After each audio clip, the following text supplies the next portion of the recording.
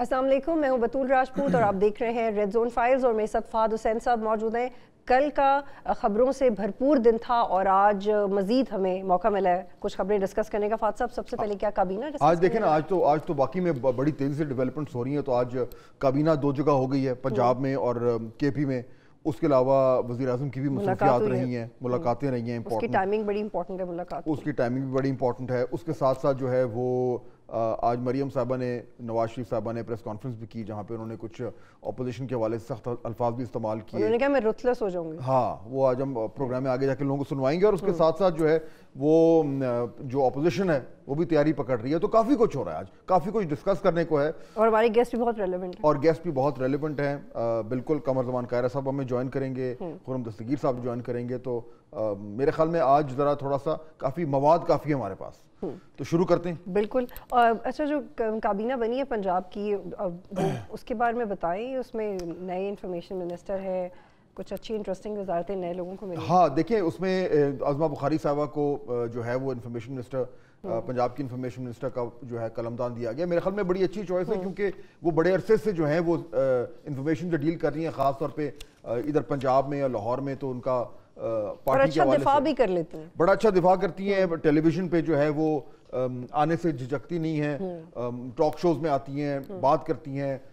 Journalist community میں ان کی اچھے روابط ہیں، اچھے کانٹیکٹس ہیں، پرو ایکٹیو ہیں، محنتی ہیں، اور پارٹی کے ساتھ بڑے مریم نواز شریف صاحبہ کے ساتھ بڑے عرصے سے کام کر رہی ہیں، تو ٹرسٹ والا فیکٹر ہے وہ بھی موجود ہے۔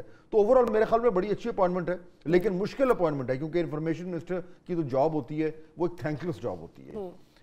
ایکسپیکٹ یہ کیا جاتا ہے کہ آپ تمام میڈیا کو کنٹرول کریں گے، آپ تمام جو بھی حکومت چاہتی ہے وہ اسی طریقے سے وہ چیزیں آگے آئیں گی، ایسا نہیں ہوتا۔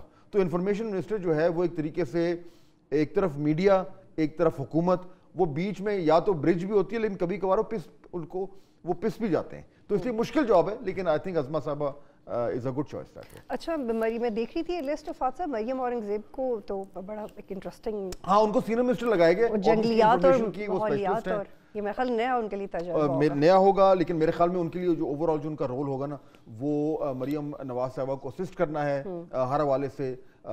مریم اورنگزیب صاحبہ کا بڑا وسیع تر تجربہ ہو چکا ہے گورنمنٹ میں، گورنمنٹ کے سسٹمز میں، انفارمیشن منسٹری کو سینٹر میں چلا چکی ہیں، تو she knows how the government works. لیکن پنجاب میں ان کا پہلا یہ وہ ہے ایکسپیرینس ہے، لیکن سینئر منسٹر کے طور پر ان کو لایا گیا ہے، تو دیٹ مینز ان کا رول جو ہے وہ بہت ہی امپورٹنٹ ہوگا، اور میرے خیال میں چیف منسٹر کے لیے she will be one of the key people for her. 18 رکنی ہے تو سائز بھی ریزنیبل ہے، ٹھیک ہے میرے خیال میں۔ مجھے لگتا ہے کیونکہ ابھی آنے والے دنوں میں تھوڑے سے اور بھی لوگ شامل ہوں گے، ٹھیک ہے۔ لیکن آئی تھنک امپورٹنٹ چیز جو ہے نا وہ یہ ہے، جو کم از کم میں جو سوچ رہا ہوں کہ ہمارے پاس جو ایک ماڈل ہے وہ شہباز شریف صاحب کا، جب وہ وزیر اعلیٰ تھے پنجاب میں، اور ان کی کابینہ کے میں جو لوگ تھے ان کے نام بھی اکثر و بیشتر کے ہمیں نام یاد نہیں رہتے تھے، کیونکہ شہباز صاحب کام کرتے تھے سیدھا بیوروکریسی کے ساتھ۔ وہ ڈائریکٹ ان کا جو طور طریقہ تھا، ان کا سٹائل تھا، وہ ایفیشینٹ بیوروکریٹس کو اپنے ساتھ رکھتے تھے، اور ان کے تھرو ڈائریکٹ یعنی وہ کابینہ کا ہر منسٹر وہ خود ہی تھے۔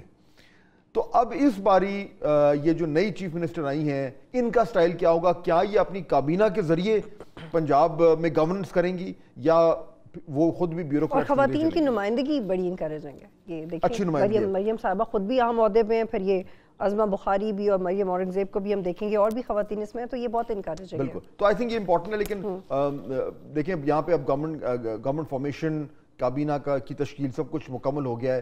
اب کم از کم پنجاب اور کے پی جو ہیں وہ تو مکمل طور پر ریڈی ہیں۔ اب وقت ہے کام اور صرف کام کا۔ بالکل، آئی ہوپ کہ ہمیں کام دیکھنے کو ملے۔ اور پنجاب میں 6 وزیر ایسے بھی ہیں جن میں سے 3 کشمیری ہیں، تو یہ بھی ایک اچھا سائن ہے کابینہ، اور میرے خیال میں اس طریقے سے سوچ سمجھ کے کابینہ بڑا بیلنس۔ دیکھتے ہیں ابھی آنے والے دنوں میں اور بھی لوگ ایڈ ہوں گے۔ پرویز رشید صاحب کا بڑا امپورٹنٹ رول ہوگا، بہت ہی کرٹیکل رول ہوگا۔ ہمیں یہ بھی دیکھنا ہے کہ رانا ثناء اللہ صاحب کدھر جاتے ہیں، پنجاب آتے ہیں یا سینٹر میں جاتے ہیں، وہ بھی بڑا امپورٹنٹ ہوگا۔ تو یہ 2-3 بڑے کی لوگ ہیں جن کے بارے میں اب فیصلہ ہونا ہے، یا اگر ہو گیا تو اس فیصلے کو پبلک کرنا ہے، دیٹ ول بی امپورٹنٹ۔ ٹھیک ہے، اگلی خبر کی طرف بڑھیں۔ یہ ملاقات ہوئی ہے چیف آرمی اسٹاف۔ اچھا، اب یہ بڑی امپورٹنٹ، دیکھیے آج ملاقات ہوئی ہے شہباز شریف صاحب کی chief of the army staff سے، جنرل عاصم منیر صاحب سے۔ اب وہ یہ دیکھیں، یہ نارملی تو ملاقاتیں ایک روٹین کی بات ہے، یعنی آرمی چیف کا پرائم منسٹر سے ملنا کوئی بڑی خبر ہونی چاہیے، لیکن پچھلے 24 گھنٹے میں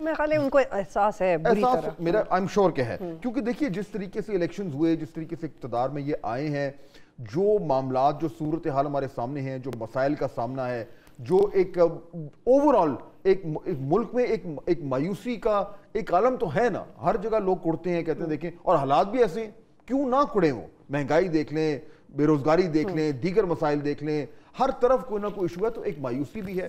تو ان حالات میں جب ایک گورنمنٹ آ رہی ہے اس طرح کے, اس کے پاس کیا چوائس, اس کے پاس چوائس یہی ہے کہ اس نے آتے ہی بلہ گھمانا ہے, اس کے بعد سیٹل ڈاؤن ہونے کا ٹائم نہیں ہے, اس نے چھکے مارنے ہیں. وہ کرنے کے لیے انہیں مکمل طور پر اسٹیبلشمنٹ کی سپورٹ کی ضرورت ہے. وہ سپورٹ جو آج ہے لیکن کل بھی ہو اور پرسوں بھی ہو, اور اس کے بعد جو ہے وہ جو بھی مشکل ترین فیصلے انہوں نے کرنے ہیں اس میں اسٹیبلشمنٹ ان کے ساتھ ہو, ورنہ بڑا مسئلہ ہو جائے گا. سو اب یہ وہ پرابلم ہے جس کو سامنے رکھتے ہوئے میرے خیال میں جو آج کی میٹنگ ہے وہ صرف سمبولک ہے, بٹ ایکچوئل جو اس کا جو ایکچوئل ڈیپر جو اس کی جو ایک سگنیفیکنس ہے وہ یہ ہے کہ میرے خیال میں یہ فیصلہ بہت حد تک ہوا ہے کہ اس گورنمنٹ نے اور اس وزیر اعظم نے اب وہ بڑے قسم کے فیصلے کرنے ہیں. اچھا, وہ فیصلے کرنے میں ایک آسانی ہو گئی ہے, اب وہ ہو گئی ہے یا بائی چانس ہوئی ہے یا باقاعدہ طور پر ہوئی ہے, وہ یہ کہ جو ریزرو سیٹس کا معاملہ ہے, اور یہ تھوڑی سی امپورٹنٹ بات ہے, میرے خیال میں ہمارے ویورز اگر اس کو سمجھیں تو ان کے لیے بھی اور ہمارے لیے بھی خوش قسمت ثابت ہوئی ہے نون لیگ, خوش قسمت ثابت ہوئی ہے. دیکھ کیا ہوا, ریزرو سیٹس کی وجہ سے جو پی ٹی آئی کو نہیں ملی وہ ریزرو سیٹس اب ایلوکیٹ ہو گئی ہیں جو رولنگ کولیشن کی جماعتیں ہیں. اچھا, اب وہ جو لیٹسٹ فگرز ہیں الیکشن کمیشن کے, اس کے مطابق ٹوٹل ہاؤس جو ہمارا جو نیشنل اسمبلی ہے اس کا فگر ہے 336 رائٹ. سو 336 میں سمپل میجورٹی تو آبویسلی ان کے پاس آ گئی تھی, لیکن اگر آپ کو 2/3 چاہیے تو 2/3 336 کے ہاؤس میں بنتی ہے 224. اگر آپ کے پاس 224 کے نمبرز ہیں تو آپ ایک آئینی ترمیم کر سکتے ہیں, یہ بہت ہی امپورٹنٹ ہے. اچھا, 224 شہباز شریف صاحب کو 201 ووٹ پڑے, لیکن یہ جو ریزرو سیٹس ان کو ملی ہیں ایکسٹرا, اس سے اب ان کے پاس یہ 224 کراس کر گئے ہیں. یعنی اب ٹیکنیکلی جو یہ اتحاد ہے انڈیویجولی 123 اور اتحاد کے ساتھ 2/3, اس 2/3 کے ساتھ بڑا کچھ کر سکتے ہیں, بڑا کچھ کر سکتے ہیں. اور آج میں چاہوں گا کہ ہم ذرا بات کریں کہ اس 2/3 کو کس طریقے سے استعمال کیا جائے گا, بلکہ جہاں پہ ہم یہ بات کر رہے ہیں تو میرے خیال میں ہمارے پاس سب سے موضوع بہت ریلیونٹ گیسٹ ہیں ہمارے ساتھ. کمازما قاہرہ صاحب ہمیں جوائن کر رہے ہیں. قاہرہ صاحب بہت شکریہ پروگرام میں جوائن کرنے کے لیے. قاہرہ صاحب السلام علیکم. جی وعلیکم السلام, کیسے ہیں فہد صاحب؟ میں بالکل ٹھیک ٹھاک ہوں. میں پچھلی بار یہ پروگرام میں آئے تھے تو میں نے آپ سے کہا تھا گورنر پنجاب لگ رہے کہ نہیں لگ رہے, آپ نے ہنس کے ٹال دیا تھا. اب میرے خیال میں ٹائم آ گیا ہے اور آنے والا ہے, تو ہم آپ کا فیس ریڈ کرنے کی کوشش کر رہے ہیں کہ اس سے ہم کو جانچ پائیں کہ ہاں ہے یا نہ ہے. تو کیا خبر ہے سر؟ سچی بات یہ ہے کہ آپ دوستوں کی محبت ہے میرے لیے, لیکن ابھی تک یہ پارٹی کی پرائرٹیز میں ہے نہیں. ابھی تک ہماری یہ پرائرٹی نہیں ہے کہ گورنر کون ہوگا. ابھی تو ہم پریزیڈنشل الیکشن کے پیچھے ہیں. 9 تاریخ کو انشاءاللہ زرداری صاحب صدر منتخب ہوں گے تو اس کے بعد اس کا فیصلہ ہو جائے گا, اور پارٹی کا کوئی بھی ساتھی جو آئے گا جس کو بھی ذمہ داری ملی, بسم اللہ. مجھے ہمیشہ جماعت نے عزتیں دی ہیں, مجھے بھی اگر عزت ملی تو میں بہت مشکور ہوں گا, لیکن ابھی تک اس کا کوئی وجود اس طرح نہیں ہے. یہ آپ جیسے دوستوں کی محبت میں جو آپ لفظ کہہ دیتے ہیں بس وہ ہے. میں نے اچھا قاہرہ صاحب, میری جو دلیل ہے نا, جو میرا جو آرگیومنٹ ہے, میں کیوں کہہ رہا ہوں کہ آپ میرے خیال میں فیوریٹ ہے, میں آپ کے سامنے بھی رکھ دیتا ہوں. میرا یہ آرگیومنٹ ہے کہ اس وقت پاکستان پیپلز پارٹی کو سب سے زیادہ پنجاب میں جو ضرورت ہے وہ سینٹرل پنجاب کی ہے, کیونکہ ساؤتھ میں ویسی پوزیشن پارٹی کی اچھی ہے, نارتھ میں اور مسائل ہیں, اور آپ کا تعلق جس علاقے سے ہے وہ کرٹیکل ہے پاکستان پیپلز پارٹی کے لیے, اس کو پنجاب میں اسٹیبلش کرنے کے لیے. اس لیے آپ کا پنجاب گورنر ہاؤس میں ہونا جو ہے اس سے پارٹی کو بہت زیادہ فائدہ ہو سکتا ہے. میری یہ لاجک ہے. چلیں جب یہ وقت آئے گا, جب اس کا فیصلہ ہوگا تو پارٹی دیکھے گی, اور جو موضوع سمجھے گی وہ فیصلہ کر دے گی. میں تو اس فیصلہ کرنے والوں میں نہیں ہوں گا یقیناً. اوکے, اچھا قاہرہ صاحب, اب ذرا تھوڑا سا میں آنا چاہ رہا ہوں ایک امپورٹنٹ بات. یہ جو ریزرو سیٹس ملی ہیں پیپلز پارٹی کو بھی, پی ایم ایل این کو بھی, اس سے جو نمبرز الیکشن کمیشن نے ریلیز کیے ہیں اس سے تو یہ 2/3 سے آگے چلا گیا. اگر تمام تر ٹریجری بینچز کو کاؤنٹ کریں تو 2/3 کا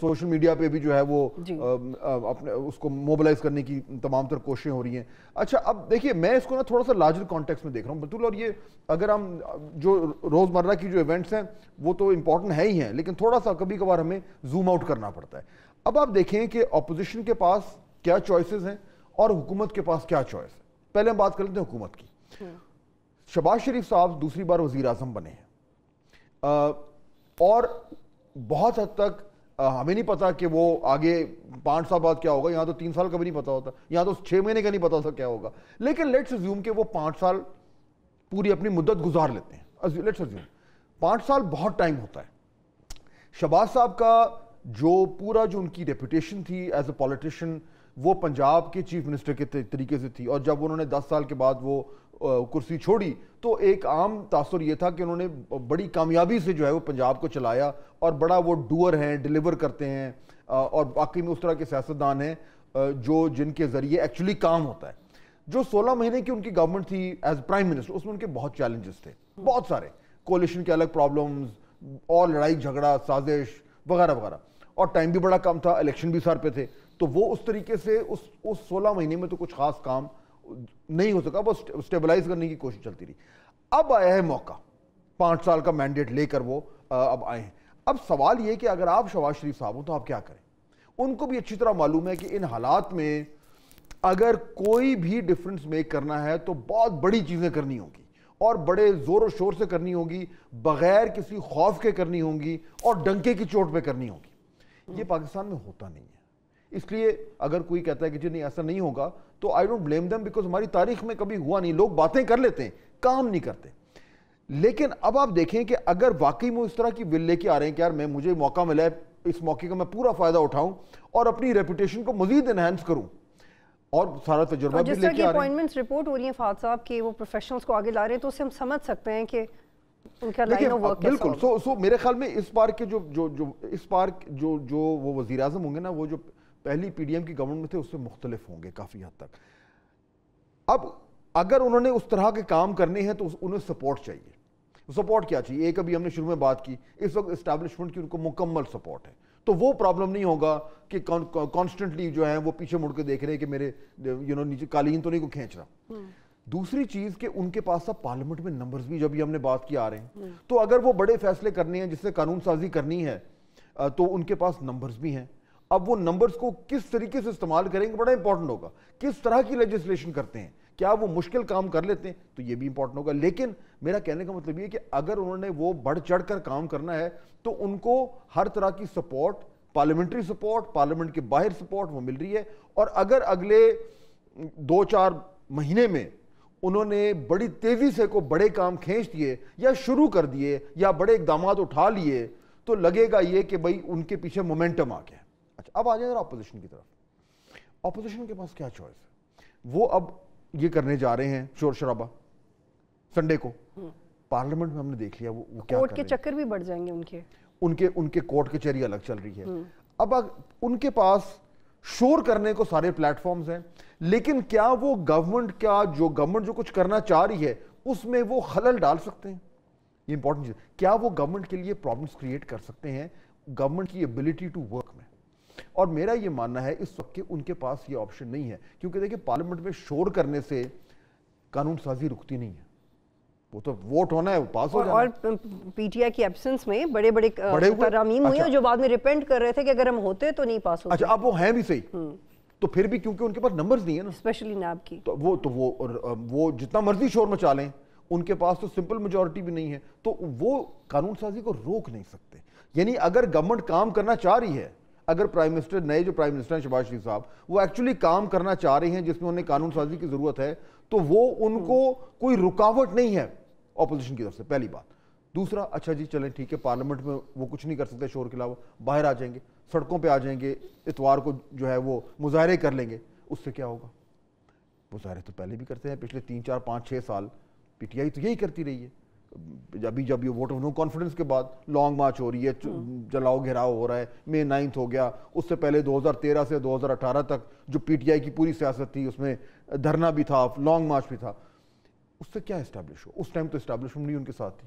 بطول اس سے کیا اسٹیبلش ہوا؟ اسٹیبلش یہ ہوا کہ سڑکوں پہ نکل کر آپ جو گورنمنٹ آف دا ڈے اس کو گرا نہیں سکتے. یہ پاسبل نہیں ہے. تو اگر اس وقت جو موجودہ جو سنی اتحاد کونسل / پی ٹی آئی ہے وہ پارلیمنٹ میں حکومت کی قانون سازی نہیں روک سکتی اور پارلیمنٹ سے باہر وہ حکومت کو مفلوج نہیں کر سکتی, تو پھر اس کے پاس آپشن. لیکن ایک طرح کا پریشر شاید کریٹ ہو سکے. شارٹلی اس کا جواب دیں پھر گیسٹ کی طرف چلتے. کیا ایسا ہو سکتا ہے کہ جوڈیشری کی طرف سے کچھ ایسے فیصلے آئیں آنے والے وقت میں جو پریشر دیکھیے جوڈیشری کی طرف سے تو کچھ بھی ہو سکتا ہے, لیکن اس وقت کوئی ایسی چیز تو نہیں ہے جس سے یہ لگ رہا ہے کہ جی وہ گورنمنٹ کا کام روک دیں گے. کل کو کوئی اور چیز آ جائے تو الگ چیز ہے, بٹ میں تو یہ کہہ رہا ہوں کہ جو اس وقت ہمارے سامنے جو چیزیں نظر آ رہی ہیں اس میں ان تمام تر مشکلات کے باوجود وہ تمام تر یہ کہنا کہ جی گورنمنٹ کمزور ہے, اس کا مینڈیٹ نہیں ہے, اس کے بعد ان سب کے باوجود actually on the ground government comfortable ہے. Now they look well equipped. میرا تو یہی نقطہ نظر ہے. خرم دستگیر صاحب نے میں جوائن کیا, بہت شکریہ خرم صاحب پروگرام میں جوائن کرنے کے لیے. خرم صاحب السلام علیکم. وعلیکم السلام. میں یہ کہتا گورنمنٹ کمفرٹیبل ہے, لیکن اگر وہ کمفرٹیبل ہو گئی ہے اور 2/3 کا فگر بھی ریچ ہو رہا ہے تقریباً, بلکہ اس سے کراس کر گیا ہے یہ ریزرو سیٹس کے بعد, اس طرح کے نمبرز کے ساتھ گورنمنٹ کیا کرنا چاہے, کیا کر سکتے ہیں, کیا کرنا چاہیے, کیا کریں گے؟ وہ بڑے کام جو کبھی ہم سوچ بھی نہیں سکتے تھے کہ پارلیمنٹ یا گورنمنٹ کر جائے گی, وہ کیا ہے؟ جی پہلے تو جو آپ ڈسکشن کر رہے تھے میں یاد کرا دوں کہ 2013 کے بعد بھی 126 دن کا دھرنا ہوا, اسلام آباد پر پے در پے حملے کیے ان فاشسٹ نے, لیکن اسی حکومت نے پھر بیک وقت لوڈ شیڈنگ بھی ختم کی, دہشت گردی سے بھی جنگ لڑی, کراچی کی ٹارگٹ کلنگ بھی ختم کی, مہنگائی بھی ختم کی. تو اگر گورنمنٹس ڈٹرمنڈ ہوں جس طرح میاں نواز شریف کی 2013 کی گورنمنٹ تھی, تو یہ جو احتجاج ہیں یہ رستہ نہیں روک سکتے, نمبر 1. دوسرا یہ کہ اب جب کہ ایک کمفرٹیبل میجورٹی تو 201 کی پرائم منسٹر شہباز شریف ڈیمنسٹریٹ کر چکے ہیں, اس کے بعد جو اصل کام ہے ان کا وہ دیکھیں 2-3 باتیں ہیں. وہ یہ کہ پارلیمنٹ کو اس بات پر لے کر آنا ہے کہ اب جو بزنس ایز یوزول طریقہ تھا بجٹ میکنگ کا وہ نہیں ہو سکتا. ہمیں ہر صورت اپنے ایک تو وفاقی حکومت کے جو غیر ترقیاتی اخراجات ہیں وہ کم کرنے ہیں, اور اس میں ہمیں بلاول بھٹو زرداری صاحب کی جو آفر ہے کہ بھی یہ محکمے بند کیے جائیں, اور اب جب وہ محکمے بند ہوں گے تو ان کے جو اخراجات ہیں وہ صوبوں کے پاس جائیں گے, اس کی جو فائنینشیل کاسٹ ہے وہ صوبوں کو اٹھانی پڑے گی. تو بڑی اچھی بات ہے, یہ کام بھی کریں نمبر 1. لیکن نمبر 2 یہ کام بھی خرم صاحب ایک سیکنڈ میں اسی پہ ذرا پوچھوں نا آپ سے, پہلے اسی پہ, یہ امپورٹنٹ بات ہے, یہ بڑی اچھی بات ہے. پیپلز پارٹی والے یہی آرگیو کر رہے ہیں جب این ایف سی کی بات ہوتی ہے, اور مجھے پتا ہے کہ پی ایم ایل این کے اندر این ایف سی ایوارڈ کے حوالے سے بات ہو رہی ہے اور بڑے عرصے سے ہو رہی ہے, لیکن پیپلز پارٹی والوں سے جب بھی آپ بات کریں, ابھی ہماری قائرہ صاحب ہمارے ساتھ موجود تھے, اس سے پہلے خورشید نوید قمر صاحب سے ہماری بات ہو رہی تھی, ان کا یہ آرگومنٹ ہے کہ نہیں این ایف سی کو چھیڑنے کی ضرورت نہیں ہے, وہ بڑا مشکل کام ہے, پہلے وہی کام کر لیں جو بلاول صاحب کہہ رہے ہیں کہ اپنے اخراجات کم کریں, جو کہ آپ نے ابھی کہا.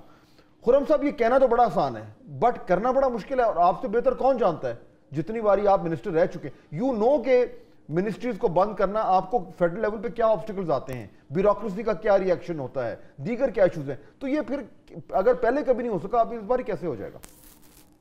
جی اس لیے نہیں ہوگا کہ جو رکاوٹیں تو ہمیشہ سے ہمارے سامنے ہیں, لیکن جو 16 ماہ کی پی ڈی ایم کی گورنمنٹ تھی اور اس میں ہم سب جنہیں اللہ تعالیٰ نے موقع دیا تھا کابینہ میں بیٹھنے کا, ہم سب نے اپنی آنکھوں سے پاکستان کی جو مخدوش صورتحال ہے اور اس کو درست کرنے کے لیے کس قسم کے غیر معمولی اقدامات شہباز شریف کو کرنے پڑے, ہم نے اپنی آنکھوں سے دیکھے ہیں.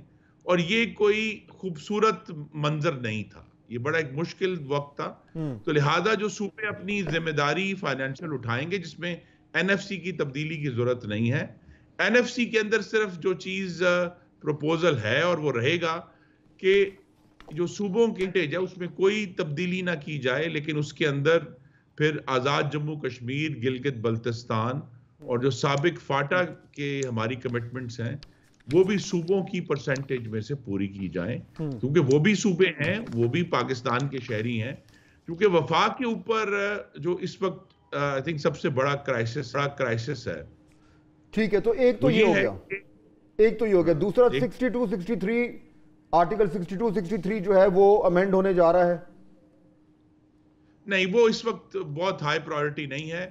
ہائی پرائورٹی تو اکنامک ایفیکٹس ہیں, تو لہٰذا ایک بات پیپلز پارٹی کی مانی جائے گی تو دوسرے پر ان کو ہمیں کنونس کرنا ہے کہ وہ نجکاری کے اوپر یس کریں، اور پاکستان میں ہمیں ایک بڑے ادارے کی فوری نجکاری کر کے دنیا پر اپنی سنجیدگی ظاہر کرنی ہے کہ یہ جو نئی حکومت ہے شہباز شریف صاحب کی قیادت میں، بالکل ٹھیک ہے، یہ واقعی بزنس ایز یوزول نہیں ہے، اور ہمیں اس کو یہ تو لہذا اس میں سب سے جو کلیئر اس وقت کینڈیڈیٹ ہے وہ پی آئی اے ہے، لیکن پوری دنیا یہی سمجھتی ہے کہ پاکستان کی جو پولیٹیکل گورنمنٹس ہیں ان میں اس کی سنجیدگی نہیں ہے کہ وہ یہ کام کر سکتے۔ میں آرٹیکل 62-63 کی اس لیے کہہ رہا ہوں کیونکہ پہلی بات تو یہ ہے کہ اس کی وہ کیا شو کرے گا، وہ شو کرے گا ریزالو، یعنی وہ یہ شو کرے گا کہ جو اتنا مشکل ترین کام ہے، اتنا جو جس کے اوپر اتنے زیادہ جو ہے لوگوں کی سینسٹیوٹیز ہیں، وہ اگر یہ گورنمنٹ کر گئی تو پھر تو بڑی اس میں تو کمزوری کی بات ہی کوئی نہیں، پہلی بات۔ دوسرا، نون لیگ کے خرم صاحب، نون لیگ کے مینیفیسٹو میں لکھا ہوا ہے article 62-63 need to be amended اور restore to the original position, تو یہ تو مینیفیسٹو میں بھی لکھا ہوا ہے۔ جی ہمارے مینیفیسٹو کا حصہ ہے، انشاءاللہ ہم اس کو کریں گے، لیکن فوری طور پر جو ترجیح ہے، جو پیغام عوام کا ہے، وہ یہ ہے کہ ان کی جو معاشی کڑی صورتحال ہے اس کو بہتر کرنے کے اقدامات کیے جائیں، اور یہ سارے ایشوز جو ہیں اس کا اصل مقصد تو مہنگائی کو کم کرنا ہے۔ اگر حکومت کا خسارہ کم ہوتا ہے تو افراط زر کم ہوگا، مہنگائی کے اوپر جو افراط زر کا پریشر ہے وہ کم ہوگا۔ تو ہم تو یہ دیکھ رہے ہیں کہ اصل جو یہ سارے فوری جو مشکل یا غیر مقبول اقدامات ابھی لے کر حکومت کو جو اگلا سال ہے انشاءاللہ 2025 کا آغاز جو ہے اس وقت تک اس کے مثبت نتائج آنا شروع ہو جائیں گے، مہنگائی گھٹنے کی صورت میں، پاکستان کے روپے کی سٹیبلائزیشن کی صورت میں، اور جو ہمیں کچھ دیکھ رہے ہیں کہ فائنانس منسٹر کون ہے، یہ جو آپ کہہ رہے ہیں نا اس پہ بہت حد تک ڈیپینڈ کرے گا۔ میں اور بطول اس پہ بڑی تفصیلی گفتگو کر چکے ہیں، بلکہ پوچھ ہی لیتے ہیں، دوبارہ پوچھ لیں ایک دفعہ، میرے خیال ہے اب تو یہ روز پوچھنے کی بات ہے جب تک حلف نہیں اٹھا لیتے۔ خرم صاحب، فائنانس منسٹر کون آ رہا ہے؟ چلے اب بطول کہہ رہی ہیں تو پوچھ لیں آپ سے آن دا ریکارڈ۔ اچھا ہے، جتنا میرا آپ بھی بہت ویل انفارم، اس کے اوپر بہت گفتگو ہے، ایک بڑی ایک پرائم منسٹر کے بعد سب سے کلیدی پوزیشن ہے، لیکن انشاءاللہ میرا یہ قیاس ہے کہ اگلے 2 سے 3 دن میں یہ معاملہ بھی آپ کے سامنے آ جائے گا۔ ٹھیک ہے، تو مجھے فائنل ایک چیز بتا دیں خرم صاحب، شہباز شریف صاحب prime minister for the second time زیادہ امپاورڈ ہوں گے فرام دا فرسٹ انٹ؟ جی ڈیفینیٹلی، جی اس میں جو بہت بڑا فرق ہے وہ یہ ہے کہ پچھلے 16 ماہ کے اختتام ہم سب کو ہورائزن کے اوپر الیکشن نظر آ رہا تھا، جس کی وجہ سے بہت سارے یہ جو غیر مقبول اقدامات ہیں جن کا میں نے ذکر کیا وہ ڈسکشن میں نہیں آتے تھے۔ اب جبکہ جو ہورائزن ہے وہ 5 سال کا ہے انشاءاللہ، تو پھر یہ سارے کام ابھی کرنے کے ہیں تاکہ 5 سال کے اندر ہم ان کے جو ڈیویڈنڈز ہیں، اس کے جو فوائد ہیں وہ عوام تک پہنچا سکیں۔ تو اس لحاظ سے اب شہباز شریف صاحب کے پاس میجورٹی بھی بہتر ہے، اور ان کے پاس وقت کا بھی سامنے نظر آ رہا ہے، اور ان کو اب ایک ایسا ماحول اویلیبل ہے جس میں وہ جو بڑے کام بہت سالوں سے پینڈنگ ہیں کرنے والے وہ اب کر گزریں گے انشاءاللہ۔ خرم صاحب thank you so much, always a pleasure. اچھا بطول، اب اس میں دیکھیے جو امپورٹنٹ چیز ہے نا، وہ جو ہم بات کر رہے تھے پہلے اپوزیشن کی اور گورنمنٹ کی، یہ میں 62-63 کو بار بار اس لیے چھیڑ رہا ہوں کیونکہ یہ جب بھی اس کا کبھی ذکر ہوتا تھا نا تو بہت اہم ہے کہ صادق اور امین کی یہ لفظ متعارف کروائے گئے تھے، تو یہ اور یہ بڑی بات ہے کہ نون لیگ نے اپنے مینیفیسٹو میں لکھ دیا، ورنہ پہلے تو یہ خود اس کو اپوز کرتے تھے۔ تو آہستہ آہستہ جس طریقے سے ہماری پولیٹیکل ایولیوشن ہو رہی ہے اس سے ون ہوپس کے پولیٹیکل پارٹیز میں بھی کچھ کلیئرٹی آئے گی اور اس طرح کے اقدامات وہ کریں گے۔ اگین